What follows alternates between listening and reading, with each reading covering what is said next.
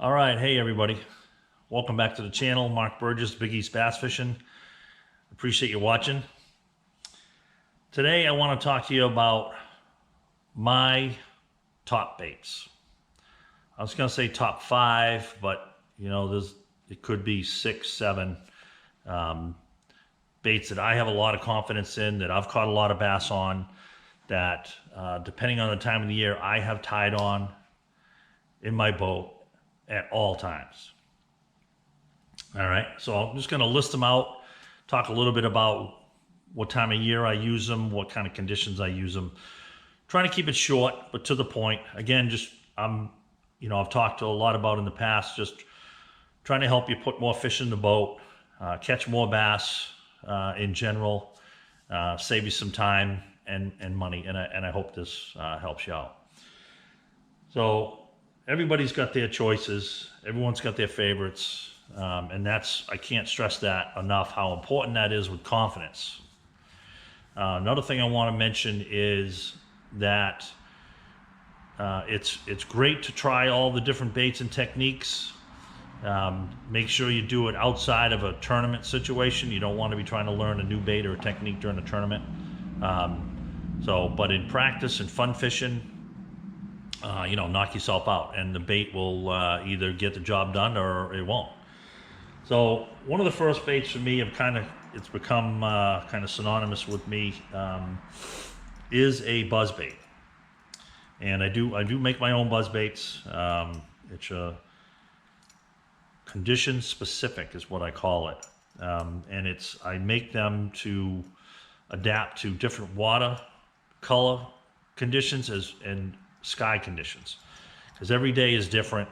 You'll have clear water, stained water, muddy water, and you'll have cloudy and you'll have sunny conditions. And it makes a big difference on how the bass see certain colors and how that bait stands out, whether you want it to truly stand out as a shock factor, or if you want it to basically be as natural as you can be.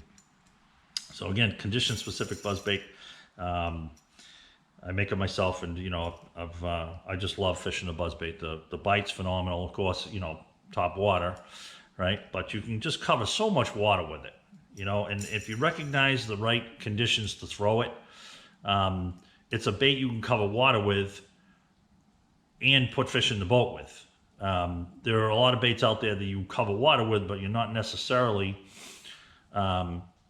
putting fish in the boat. There are more efficient ways to catch them, okay? But this is a pretty efficient way to catch them. Very weedless. You can throw it in inches of water, or, who knows how many, 20, 30 feet, whatever, depending on where you're fishing. But I can get in more of that. I'll probably do a buzzbait episode or a show talking about that.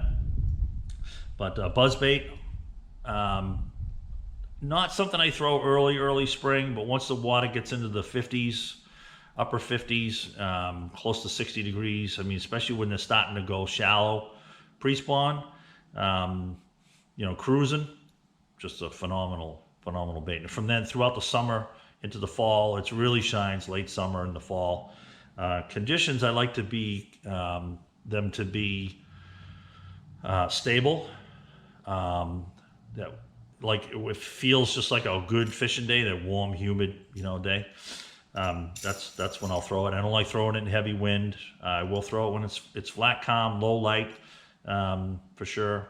You can even throw it in bright sun, high sky, clear water for a smallmouth, and they eat it great. So buzzbait. Next would be a spinnerbait. And you can do a whole show on spinnerbait, but spinnerbait and chatterbait now is pretty much the same category. Okay, so it's a bait that I think is a must-have tied on. Only the spinnerbait, chatterbait is more year-round than a buzzbait. Okay, now there's a lot of different combinations, of course, with skirt colors, blade choices. For me personally, white chartreuse, and I know, you're probably saying, well, everybody throws white chartreuse. There's a reason. millions of dollars won on white chartreuse skirt color. But you can get a little bit more, creative with it. Off color white, mix in some gold, things like that. Better imitate the bait fish. And of course, blade choice. I like gold. I will mix it up, with nickel or silver as well. And of course, your blade choice all depends on the cover you're fishing and how fast you want to reel the bait. Okay, so off-color muddy water, you're using Colorado blades, Indiana blades.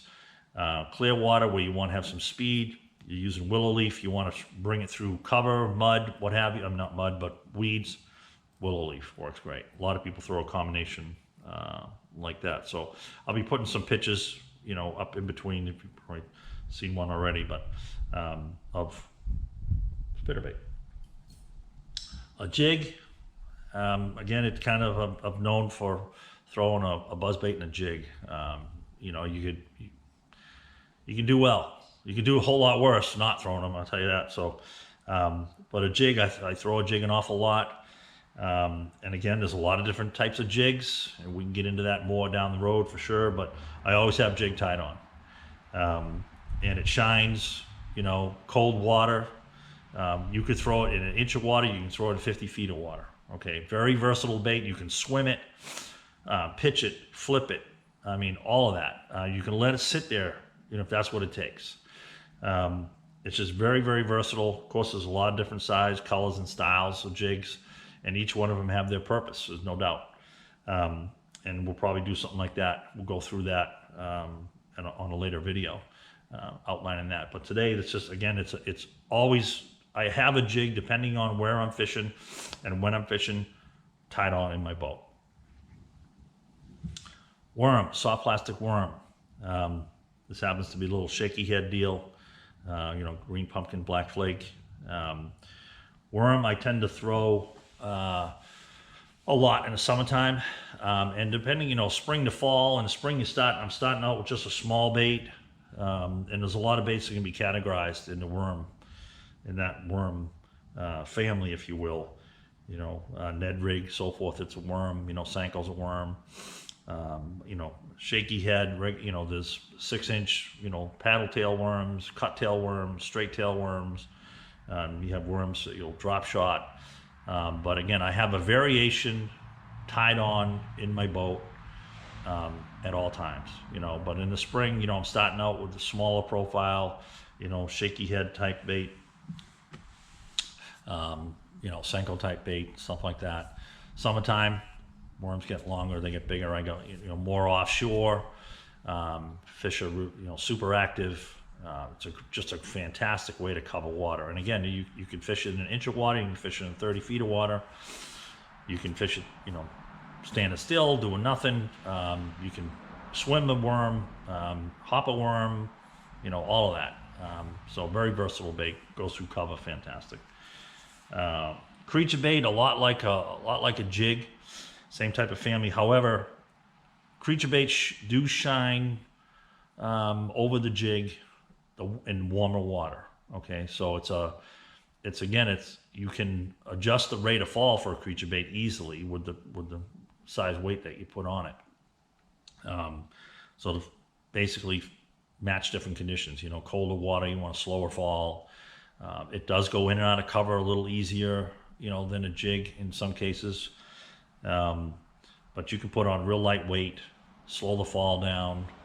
It's a great, tool for fishing in the spring when fish are looking to spawn. With summertime, punching down through, heavy milfoil, grass, weeds, what have you. Creature bait works fantastic. A lot of variations of that, a lot of styles and manufacturers on the market.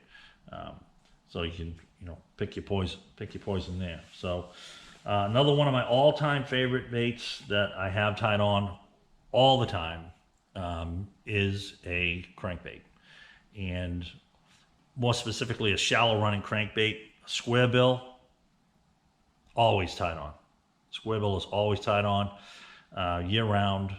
And as we go through the seasons from spring, through fall, I'll add in more shallow, diving crankbaits like -1s, things like that, wake baits, shallow diving cranks, into medium, and then in the summertime, if I'm offshore, I'm fishing deep diving crankbaits. But the square bill is what I wanted to make a point. No matter what, I always have a square bill tied on. A couple others, another staple really, we'll wrap it up, is a jerkbait. Again, there's a lot of types of jerkbaits, a lot of styles of jerkbait. It is a difficult lure and technique to master.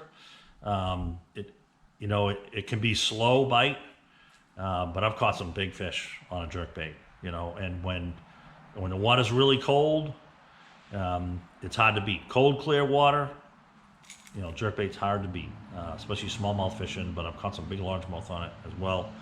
And, it does take a lot of practice to get it right, but it's worth putting that time in, for sure. A lot of guys out there fishing full time, it's a bait they have tied on year round. I personally don't have a jerkbait tied on year round, but I know a lot of guys do, especially in the spring and the fall. But it's a great way to find fish. You'll get fish come up and take a look at it. But again, it's one of the more popular baits that you're going to want to mess around with. Last but not least, I don't have one sitting here in front of me, I don't think, is a small swim bait. The Kitech type, baits. Again, it covers a lot of water. It's a high percentage bait as far as, catch to land, at least for me. A lot of different ways to rig it. Weedless, with a belly hook, weighted belly hook, on a jig head with exposed hook, depending on the situation. But, from very small, bait on a little jig head, fishing offshore, deep, clear water to, fishing shallow, weedy stuff. It works. I have it tied on most of the time in my daily fishing. And, I know it'll put some fish in the boat for you as well. So, hope that helps you out. Again, Mark Burgess, Big East Bass Fishing. Appreciate you watching, tuning in. If you like what you're seeing, let me know. If you don't, if you have some comments, give me your opinions. You can click like and subscribe. Obviously trying to build that up if I can. So appreciate you watching. We'll see you out there.